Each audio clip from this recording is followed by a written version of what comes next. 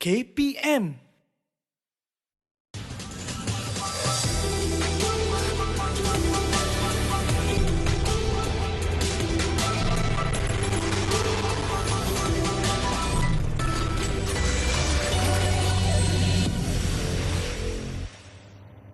Buletin Didik 18 Februari, anda bersama saya Mimi Azira Abdullah. Assalamualaikum dan selamat malam. Tinggal 4 hari lagi sebelum Sijil Pelajaran Malaysia SPM 2020 bermula. Perancangan dan pengurusan peperiksaan itu sudah dibuat dengan teliti oleh Kementerian Pelajaran Malaysia KPM.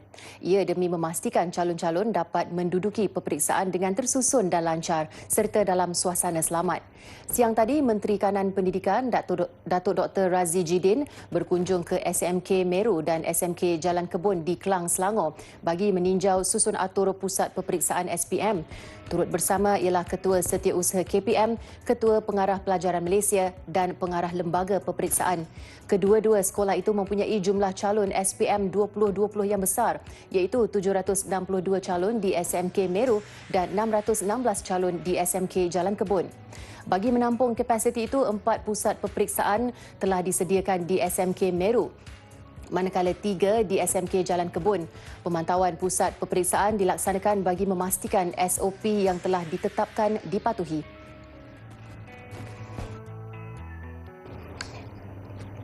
Lembaga Peperiksaan Malaysia juga sudah bersiap siaga dalam pelbagai aspek untuk mengendalikan SPM.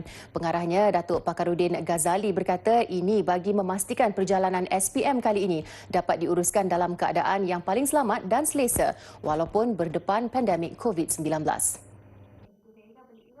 Jelas beliau, LPM sudah bersedia sejak November lalu untuk mentadbir urus peperiksaan awam itu mengikut prosedur operasi standard SOP ditetapkan.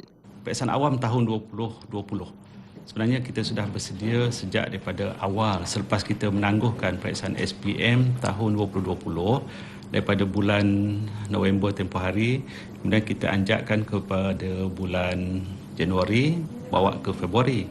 Jadi persediaan kita tu seawal yang mungkin kita sudah memikirkan. Dengan pandemik ini bagaimana kita nak uruskan peperiksaan. Tambahnya, seramai 48,014 petugas SPM yang akan ditugaskan mengawal selia di 3,310 pusat peperiksaan seluruh negara adalah terlatih untuk mentadbir urus peperiksaan dalam norma baru kali ini. Ialah dari segi kesediaan pegawai di lembaga peperiksaan sendiri.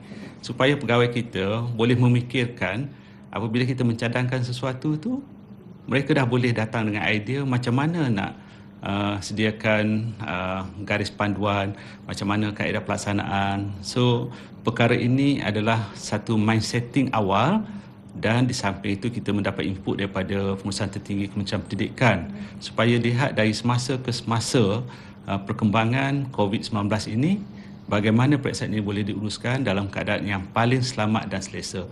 Peperiksaan utama iaitu SPM dan Sijil Vocational Malaysia SVM dijadual bermula Isnin 22 Februari ini. Diikuti Sijil Tinggi Persekolahan Malaysia STPM, Sijil Kemahiran Malaysia SKM, Sijil Tinggi Agama Malaysia STAM dan Diploma Vocational Malaysia DVM tahun 2020 serta peperiksaan antarabangsa yang setara.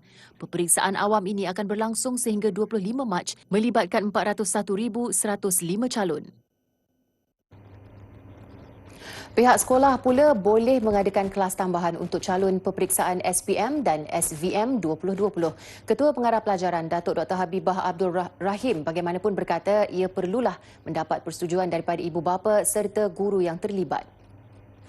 Maka bila kita hentikan ini, kita berharap kita dapat menghalang sedikit pergerakan, maka ia juga boleh menghindar ataupun memutuskan rantaian. Tapi sekiranya terdapat keperluan dan dipersetujui oleh ibu bapa, oleh guru dan juga pihak sekolah, dibenarkanlah untuk mengadakan kelas tambahan sebagai persediaan murid sehinggalah tamat peperiksaan.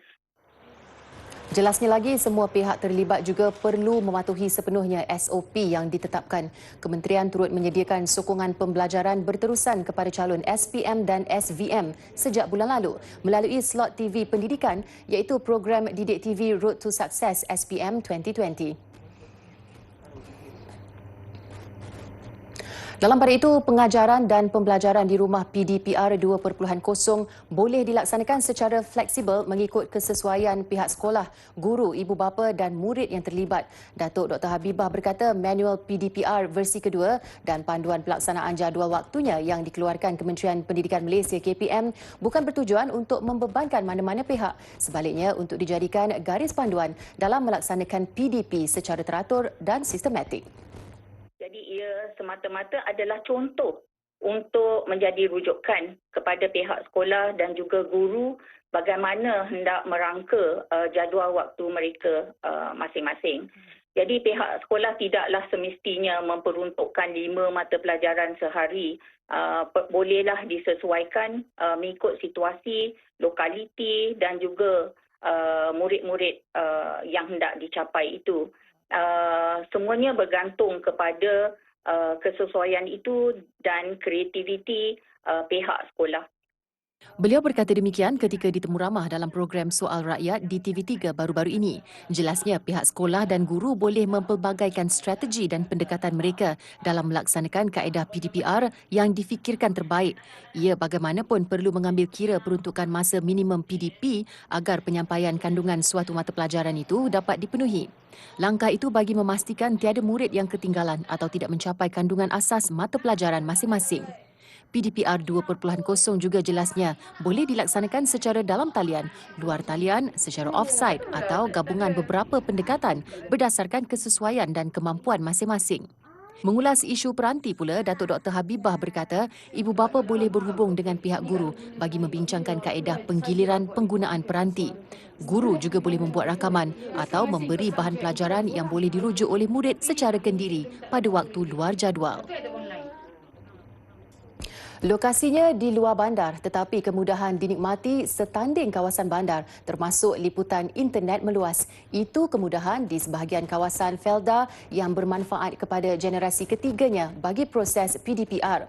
Namun suasana kondusif itu tidak mencukupi jika ibu bapa dan pelajar tidak fokus untuk mengejar kecemerlangan dalam pendidikan. Sebanyak 317 gugusan Felda di seluruh negara kini tidak hanya dihuni 112,000 peneroka tetapi juga diwarisi generasi kedua dan ketiga. Generasi kedua tidak ramai menjadi peneroka dan sebahagian generasi ketiga masih di bangku sekolah. Rata-rata kemudahan dan liputan internet di kawasan Felda memuaskan dan wajar menjadi contoh pembangunan kawasan luar bandar yang lain. Ketika tinjauan, dua beradik di Felda Jeng ke-19 tekun menyertai PDPR. Teknologi bukan lagi masalah, namun disiplin dan tumpuan belajar wajar jadi keutamaan. Belajar dengan kakak.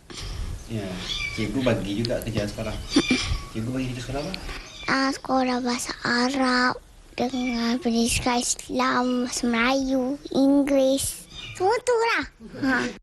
Bagi kakaknya Akilah Farizah, pelajar Sekolah Menengah Kebangsaan Jeng ke-18, dia bersyukur kerana berkemampuan memiliki telefon pintar pemberian ibunya. PDPR juga tambah menarik kerana semakin ramai guru mempamerkan kreativiti masing-masing secara dalam talian. Cikgu beri nota latihan dengan video klip sebagai rujukan melalui aplikasi WhatsApp lah. Video klip tu cikgu bagi penerangan apa yang nak diajar subjek tu. Namun keberkesanan PDPR bukan hanya tanggungjawab guru semata-mata, malah ibu bapa berperanan penting memastikan anak masing-masing komited untuk belajar. Ada yang setengah baru masuk sekolah, macam dia tingkatan 1 kan, baru masuk sekolah, lepas tu tak tahu setiap bab-bab tu kan. Kita pun sometimes kena Google juga, kena menggunakan Google untuk beri penerangan kepada anak-anak ni lah. Baiklah, bermula esok tiada lagi peraturan 2 orang makan semeja di kedai makan. Sebaliknya, pelanggan dibenarkan duduk di meja sama tapi perlu mengikut kesesuaian saiz meja dan ada penjarakan fizikal 1 meter.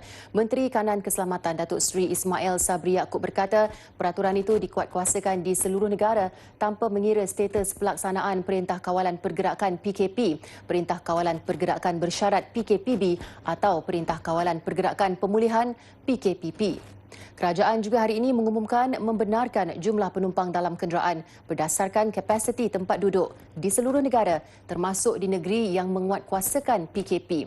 Jumlah kapasiti kenderaan sebelum ini menimbulkan isu bagi mereka yang mempunyai anak kecil dan tidak boleh ditinggalkan di rumah. Bermula esok, 4 negeri masih dikekalkan PKP iaitu Selangor, Wilayah Persekutuan Kuala Lumpur, Pulau Pinang dan Johor. Negeri lain pula bertukar status ke PKPB manakala Perlis negeri tunggal sebagai PKPP.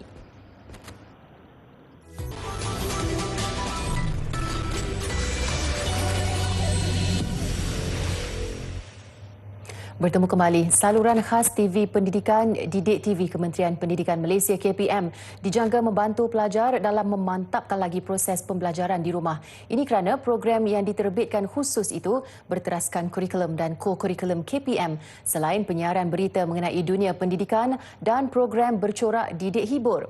Inisiatif berkenaan disifatkan tepat pada masanya dengan situasi yang dihadapi sistem pendidikan negara yang berdepan cabaran baru susulan penularan wabak COVID-19. Hasil tinjauan di Tawau, Sabah mendapati saluran didik TV KPM mendapat reaksi positif pelbagai lapisan masyarakat yang berharap ia dapat dimanfaatkan sepenuhnya oleh pelajar, pihak sekolah dan ibu bapa. Jadi saya menyeru kepada ibu bapa khususnya untuk membimbing anak-anak termasuk pelajar semua sendiri kena ambil perhatian bahawa TV pendidikan yang akan dilancarkan ini mengandungi banyak maklumat-maklumat yang akan memberi manfaat untuk melengkapkan dan juga memantapkan proses pembelajaran di rumah. Sebagai guru menyambut baik untuk program Didik TV ini dan mengucapkan terima kasih kepada KPM kerana menyediakan platform tersebut terutamanya kepada sekolah-sekolah pedalaman untuk mereka meningkatkan kualiti ilmu dan sekaligus menerapkan nilai-nilai murni kepada pelajar semua. Saya selaku pengurusi ibu bapa dan guru akan memberikan menegaskan kepada ibu bapa untuk mengikuti program ini di rumah agar dapat meningkatkan keputusan-keputusan pencapaian akademik itu nanti. Saya sangat gembira kerana adanya program seperti ini yang dapat menambahkan ilmu kepada saya dan memudahkan saya untuk menimba ilmu. Didik TV KPM bersiaran dari jam 7 pagi hingga 12 tengah malam bermula 17 Februari. Pewujudan saluran khusus ini adalah usaha berterusan KPM dalam meningkatkan akses kepada pendidikan berkualiti bagi semua murid di seluruh negara. Selain menjadi platform memperkasakan budaya ilmu, menerapkan nilai-nilai murni dan mewujudkan masyarakat berinformasi. Kementerian Pembangunan Luar Bandar KPLB menyumbangkan 2 van untuk pengangkutan anak-anak di perkampungan mini estet sejahtera Mesej Sapang, Kunak dan Balat Kinabatangan ke sekolah. Majlis penyerahan van bernilai RM191,000 itu disempurnakan oleh Menteri Pembangunan Luar Bandar Negeri Datuk Jahid Jahim di perkarangan bangunan KPLB Sabah. Simbolik penyerahan replika kunci van diterima oleh Pegawai Daerah Kinabatangan Majaran Osman dan Pegawai Daerah Kunak Abdul Manap Abdul Ruhim. Datuk Jahid dalam kenyataan berkata, inisiatif yang diambil dengan kerjasama Lembaga Kemajuan Tanah Negeri Sabah itu akan memberi manfaat kepada kira-kira 70 anak peserta mesej terbabit. Ia juga bagi memastikan mereka tidak tercicir daripada menimba ilmu disebabkan masalah pengangkutan atau beban keuangan bagi membayar tambang bas ke sekolah. Kerajaan Negeri Sabah akan terus menitikberatkan pendidikan anak-anak daripada keluarga kurang berkemampuan di luar bandar dan akan memastikan tiada dalam kalangan mereka tercicir daripada pelajaran. Kementerian itu juga akan terus memelihara kebajikan mereka agar mendapat pendidikan sempurna. Pihaknya turut menggesa jaringan internet di luar bandar diperluaskan segera bagi membolehkan rakyat di kawasan itu menikmati kemudahan jalur lebar lebih baik setanding kawasan lain. Setelah 5 tahun lebih kita bertungkus semua untuk SPM ni, saya yakin pasti ada hikmah sebalik setiap ujian yang telah berlaku ni. Saya berharap semua pelajar telah bersiap sedia untuk SPM yang akan mendatang ni. Saya harap pelajar-pelajar dapat memperoleh keputusan semalam kerana SPM ni sangat penting bagi kepada kita sebagai seorang rakyat Malaysia untuk masa akan datang. Perasaan saya sekarang ni agak nervous sebab makin lama makin dekat dengan peperiksaan kan. Jadi, sekarang saya buat banyak latihan berdasarkan dengan soalan-soalan tahun-tahun lepas dan juga soalan-soalan percubaan. Sebab saya rasa bila kita buat banyak latihan ni, kita akan dapat tahu struktur-struktur yang macam mana yang selalu diminta dalam peperiksaan. Contohnya macam kalau soalan macam ni diminta tentang apa. Jadi senanglah untuk kita jawab. Yang paling penting, doa banyak-banyak dan jangan putus asa. Apa yang saya rasa apabila SPM ni semakin hampir, rasanya semakin berdebat-debat. Dalam situasi sekarang, kita tak boleh buat study group secara bersemuka. So, kita buat secara maya lah. Sebab sekarang kan kita berada pada zaman yang moden. Harapan saya agar SPM dalam segi berancang dan semua mendapat bukti saya cemerlang.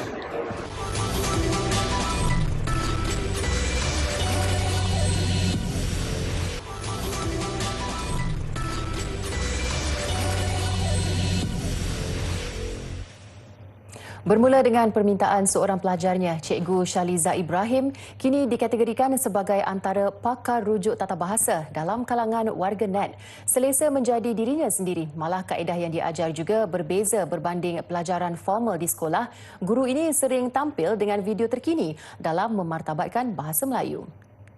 First stalking. Kenapa stalking bukan stalking? Sebab stalking tu orang ejaan tak siap, orang pelat. Berpersonaliti periang, mudah mesra ditambah dengan gayanya yang ranggi. Guru Bahasa Melayu Shaliza Ibrahim, 33 tahun, mula berkongsi video mengenai tata bahasa sejak November lalu. Beliau yang lebih dikenali dengan nama Cikgu Zack tidak menyangka perkongsiannya mengulas mengenai ejaan sebenar perkataan bahasa Melayu mendapat perhatian ramai. Saya mula berkongsi video-video tersebut ketika PKP bersyarat pada November tahun lalu. Dan saya mengambil kira pandangan dan pendapat daripada pengguna media sosial seperti Twitter dan Instagram tentang permasalahan mereka dalam sistem bahasa. Jadi kalau tanya saya ada masalah ataupun tidak, tak ada masalah bagi pihak saya kerana memang kerjaya saya, tugas saya sebagai seorang guru dah biasa berkongsi. Alhamdulillah, semuanya diterima dengan baik. Berkelulusan ijazah sarjana dalam pengajian Melayu dari Universiti Malaya serta pengalaman 7 tahun sebagai guru tuition untuk pelajar sekolah menengah, kaedah yang diperkenalkan oleh Cikgu Zack pantas mencuri perhatian dan lebih mudah difahami.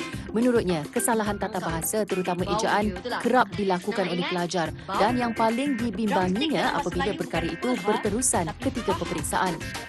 Beliau mengakui tindakan pelajar menjadikan siaran televisyen sebagai rujukan menjadi punca masalah itu berulang. Harapan saya tak lain tak bukan, saya ingin rakyat Malaysia terus memartabatkan bahasa Melayu kerana kalau bukan kita, siapa lagi yang nak martabatkan? Itu adalah jati diri kita.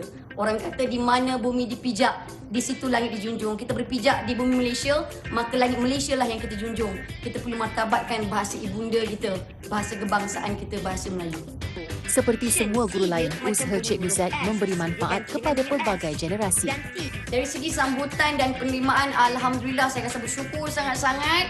Saya rasa dihargai. Hampir setiap hari saya masih lagi menerima DM, terima kasih cikgu, terima kasih cikgu. Bahkan mereka yang berusia lebih 60 tahun pun ada. Yang sudah menjadi nenek, katanya terima kasih cikgu, saya boleh ajar cucu nanti.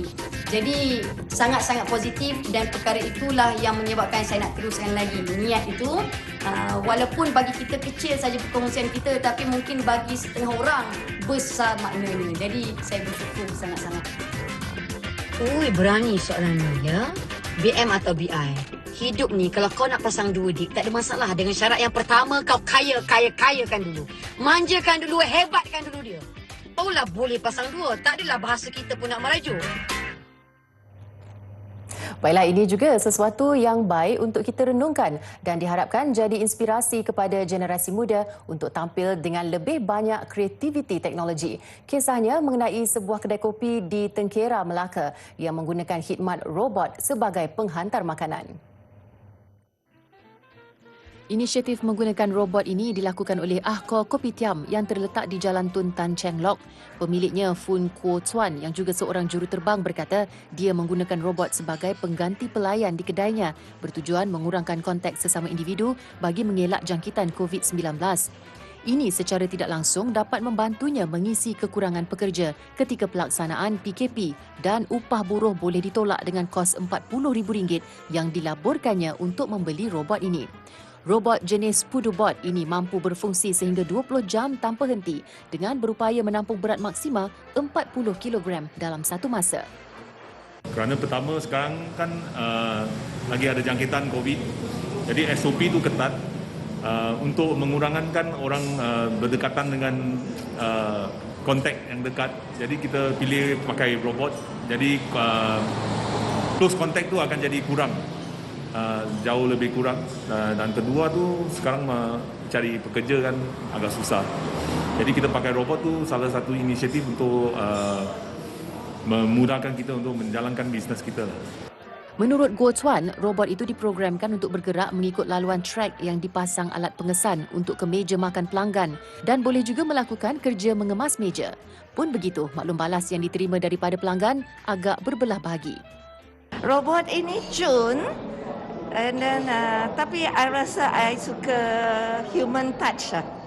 Dia kalau tadi dia bawa kopi sendiri ya, so it's better, but I think the robot itu untuk perasaan happy boleh lah. Dari sudut lain pula, pelanggan mengakui penggunaan robot ini menjadi daya tarikan kepada mereka untuk ke Akor Kopitiam. Di negara maju, penggunaan robot agak meluas dengan yang terkini sehingga ke peringkat melakukan pembedahan. Paling utama sekali adalah mereka boleh belajar dengan cara mereka tersendiri, mengikut kemampuan mereka, mengikut gaya pembelajaran mereka. Jadi paling utama, optimumkan saja sumber pembelajaran yang ada, kemudian paling menyeronokkan adalah belajarlah dengan semua guru yang ada dalam talian tersebut. Ianya tidak terhad kepada seorang guru. Misalnya, saya boleh belajar dengan guru yang mungkin berada jauh di selatan di Johor, bila mana saya adanya satu medium. Jadi dalam PDPR ini saya perlu mengetahui bahawa cikgu ni akan mengajar pada waktu bila, mana dia punya link. Saya juga boleh belajar dengan seorang guru yang mungkin berada jauh di selatan. Jadi di sinilah berlakunya satu pembelajaran yang menyeronokkan di mana saya boleh belajar mengikut gaya pembelajaran saya dan saya rasa bahawa okey, saya suka tajuk ini, saya boleh belajar yang ini. Jika saya tak dapat yang ini semasa PDPR, saya boleh untuk berinteraksi dengan rakan-rakan. Jadi secara tidak langsung apa yang berlaku adalah dalam masa PDPR ni optimumkanlah apa yang ada, sumber pembelajaran yang ada di persekitaran.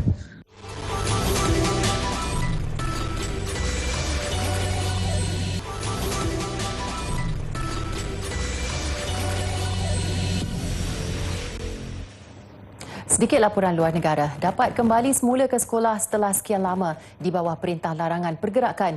Itu kegembiraan bagi lebih 370,000 pelajar dan murid di seluruh Argentina. Argentina adalah antara salah satu negara yang paling lama mengenakan perintah larangan pergerakan, iaitu bermula Mac tahun lalu. Di Buenos Aires, ibu bapa mula membawa anak-anak masing-masing ke sekolah. Namun ada yang mempunyai pendapat berbelah bagi. Ada yang risau kerana masih terdapat kes COVID-19. Namun ada juga yang bersyukur dapat menghantar anak mereka untuk sesi pembelajaran secara fizikal.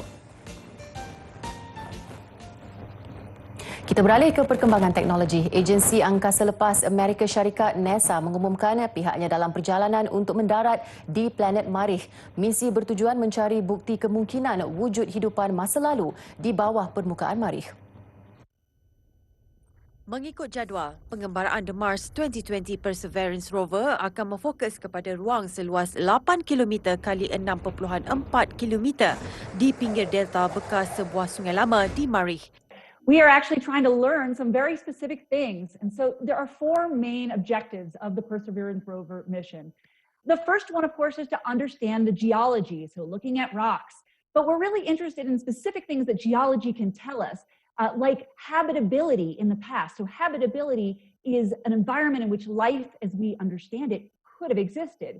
Kawasan yang ingin diterokai dipenuhi dengan tebing, lubang, bukit pasir dan batu-batu. NASA sebelum ini mengumumkan pernah menemui kewujudan hidrogen, karbon dan oksigen serta bukti planet itu pernah menampung organisma. Malah mengatakan Marikh pernah memiliki tasik air tawar dan aliran air. Misi dijadual kembali ke bumi 10 tahun dari sekarang. Usaha saintis untuk menyelamatkan burung kondor Colombia yang diancam kepupusan mengakhiri Buletin Didik hari ini. Ikuti siaran ulangan Buletin Didik setiap hari pada jam 12 tengah hari. Saya Mimi Azira Abdullah, salam hormat dan Assalamualaikum.